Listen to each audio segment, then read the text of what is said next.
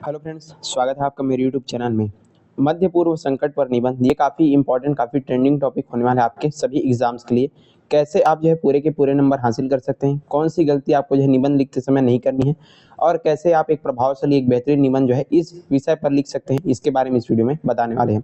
तो चलिए बिना किसी देरी के आज का हमारा जो वीडियो है शुरू करते हैं। वीडियो को आपको अंत तक देखते रहना है। सबसे पहले आपको जो है रूपरेखा तैयार करना पड़ता है। कई बच्चे जो है सीधा निबंध लिखना शुरू कर देते हैं, लेकिन आपको जो है ऐसा नहीं करना है। सबसे पहले निबंध की रूपरेखा आपको जो है तैयार करनी पड़ती है। कौन कौन से पॉइंट अपने निबंध में बताने वाले हो उनको आप जो है रूपरेखा बना करके लिखना पड़ता है। जैसे कि हम इस निबंध में लिखने वाले हैं भूमिका, इसके बाद देखेंगे मध्य पूर्व का महत्व, फिर देखेंगे संकट के प्रमुख कारण, इसके बाद देखेंगे प्रमुख संघर्ष और घटनाएं, फिर है भारत पर प्रभाव, उसके बाद है समाधान के उपाय और अंतिम में दिखेंगे निष्कर्ष या फिर उपसंहार भी आप इसको लिख सकते हैं। चलिए एक एक करके सारी चीज़ों को जो है समझते हैं। फिर से आपको बता दूं, काफ़ी इंपॉर्टेंट, काफ़ी ट्रेंडिंग टॉपिक ये जो है आपके सभी एग्जाम्स के लिए होने वाला है। सबसे पहले आप लिखेंगे भूमिका या फिर प्रस्तावना। तो चलिए इसको समझते हैं। मध्य पूर्व विश्व का एक अत्यंत संवेदनशील और सामरिक दृष्टि से जो है महत्वपूर्ण क्षेत्र है। यह न क्षेत्र केवल अपने विशाल तेल भंडारों के लिए प्रसिद्ध है, बल्कि यहाँ की धार्मिक विविधता और ऐतिहासिक पृष्ठभूमि भी इसको जो है विशेष बनाती है। सिर्फ ये जो है बोलने की बात नहीं है, बल्कि ये जो है विशाल तेलों का भंडार के लिए प्रसिद्ध है, साथ ही साथ धार्मिक विविधता और ऐतिहासिक पृष्ठभूमि भी काफी ये जो है विशेष इसका महत्व रखती है।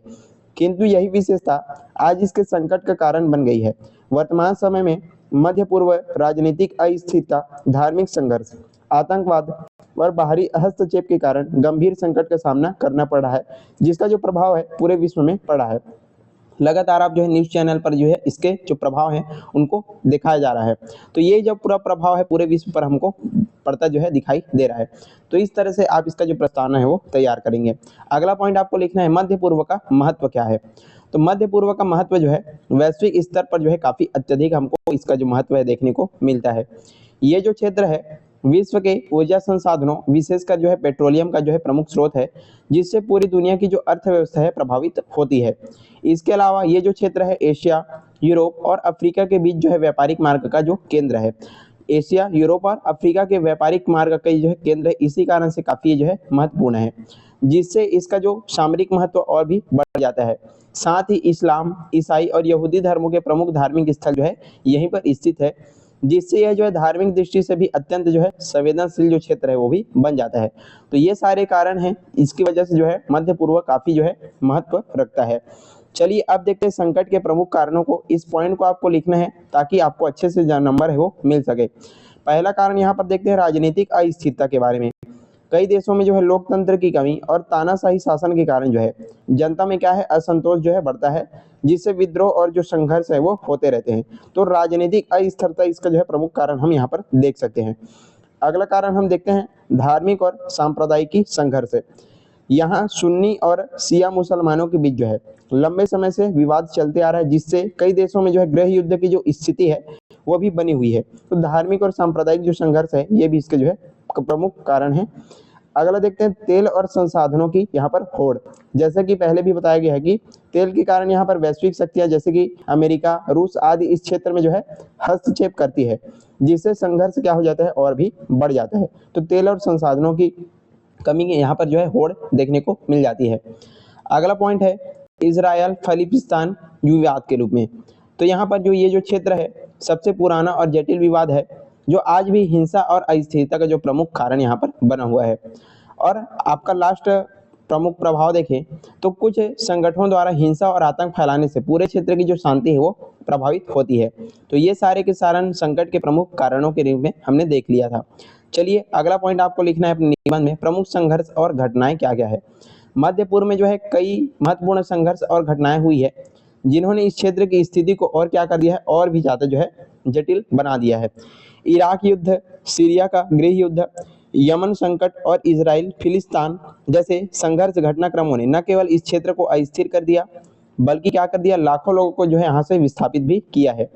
इन संघर्षों के कारण जो है मानवाधिकार का जो उल्लंघन है, आर्थिक संकट और साथ साथ सामाजिक जो अस्थिरता है वो भी यहाँ पर बढ़ चुकी है।